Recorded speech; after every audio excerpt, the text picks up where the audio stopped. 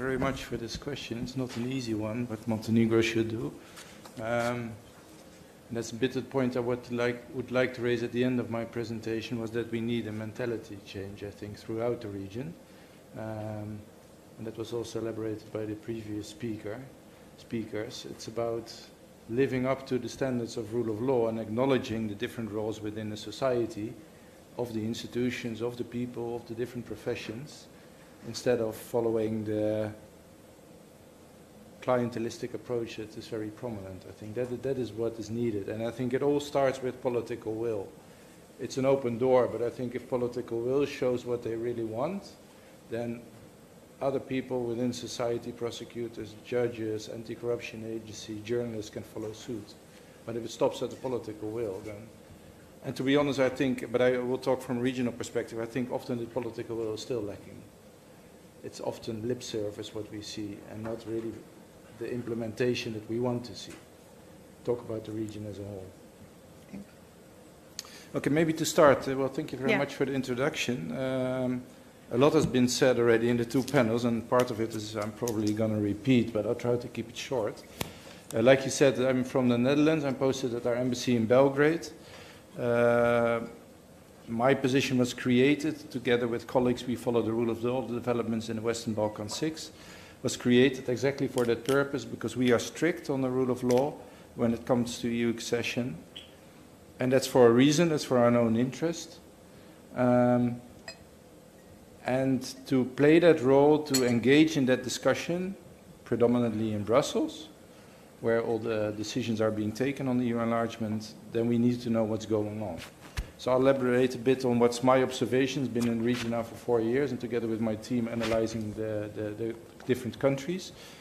I won't go into the details of the different countries, because I think that's not fair, because it could easily be countered by experts who know the countries better than I myself.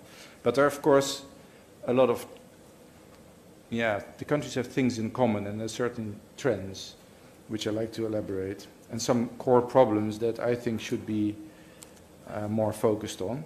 Maybe to start with some data. It was already used by all the previous speakers, but if we look to where does the region stand, and we talk about Transparency International was mentioned, Corruption Perception Index.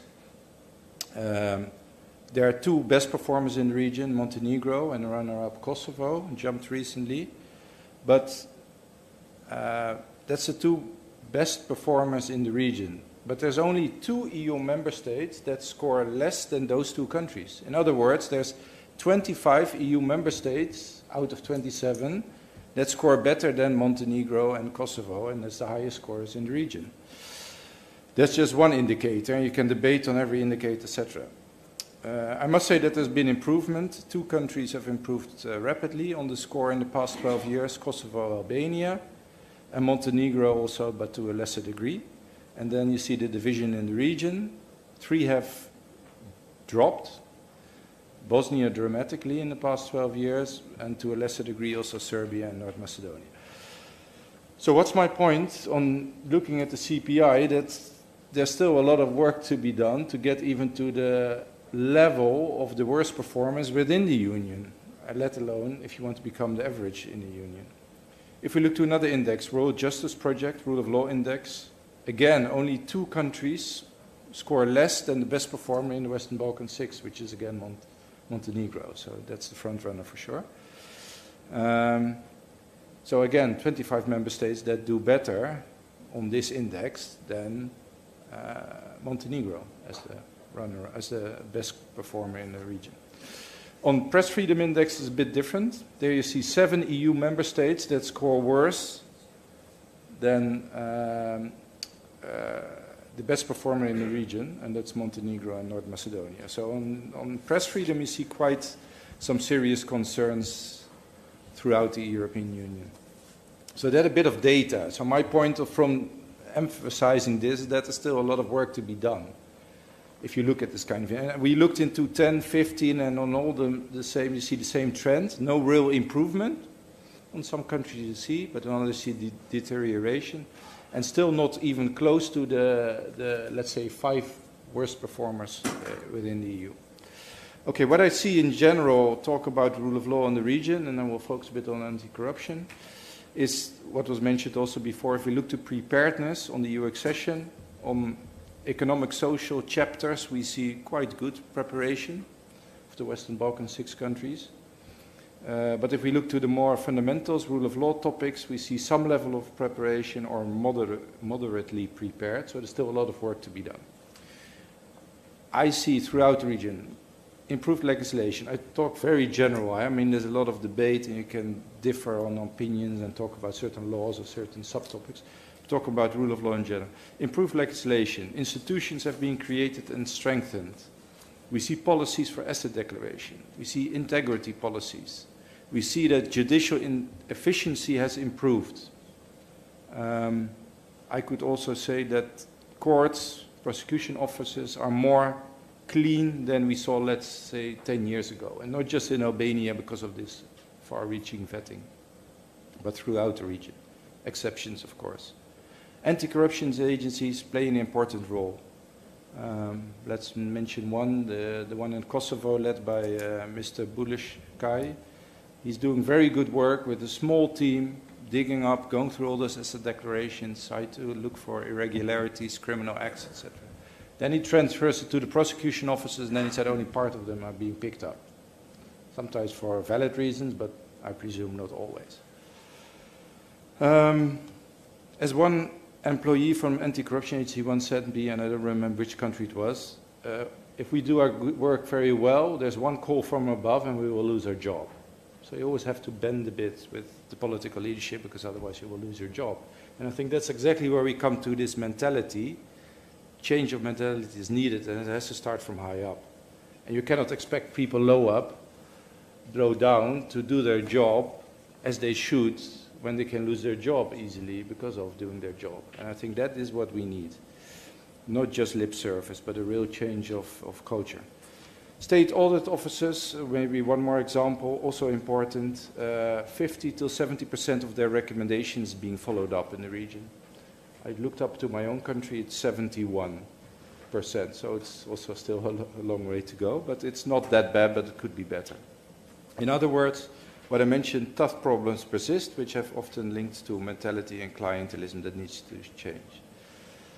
The scapegoat, if we talk about rule of law, is often prosecution, judiciary, politicians all the time criticizing those important elements of society. And also what was mentioned by the previous speaker, what you mentioned also, the appointment of councils, which are crucial within the system, within the judiciary, judicial council, prosecutor council. Despite them being more independent, more distant from politics, you would still see that there's all kind of interference on appointments of those councils, subsequently trickles down the system, appointments throughout the system. And the result is that often high-level cases, when it's about prosecution, are carefully being avoided. Somewhere in the judicial chain, prosecution, police, courts, whatever. You see, it's very hard to go after a high-level official because it could backfire. That doesn't mean that there's no track record in none of the countries. Some countries there's some good experiences, in others it's less. If I would name 3 very good examples, I think it's first of all Prosecutor Novovic, who with his team is doing impressive work here. I'm also impressed if you go and you see the premises where they work, which is not up to the quality I sometimes see in other countries in the region. But they do very good work. Mr. Doumani with the SPAC office, Special Prosecution in Albania, doing very good work with a court linked to it, with coming really to some high-level convictions. I think that's the outstanding example in the region. But it's also very much linked to the boss there, Mr. Doumani, and his efforts and his independence. So what if he gets replaced and will be a successor? You never know. And then the Canton Sarajevo was also mentioned, the anti-corruption agency. That's a very good example. I don't want to take too much time. Maybe, 2 more points to make. How to improve, because I said there's this huge discrepancy on the one hand to the legislative institutional side and the implementation. I think it starts with the political leadership. It starts with political will. Politicians should not abuse their entrusted power for private gain, because that kind of way clashes with a rule-based order. And that is what we expect from a country when it joins the EU. We expect to, of course, there's always patronage, clientelism, but in general, to a high degree, we expect to that the rule-based orders prevails and not clientelism. And I think in that regard, it's crucial to have, first of all, what I mentioned in the beginning, for politicians, but also others in society, respect the different roles that we have in society. Civil society plays an important role to point at weaknesses, to point at corruption. I mean, MANS plays an important role in that regard in Montenegro. But that role should be welcomed, it should be appreciated, also in public statements. Too often you see that prosecutors get attacked, judges get attacked. I was at the Regional Journalism Award 2 weeks ago, and I was sometimes shocked to hear how journalists get criticized for just doing their work, to point at embezzlement of funds, to point at corruption, for just reporting about those topics for very little salary, for very little fund. And then when they report about it's not being picked up by prosecution, or there's some way of interference and we end up with an acquittal or only a small punishment. And that happens too often throughout the region. So that was my last point. I have more to say, but let's keep it here. Thank you very much. Thank you.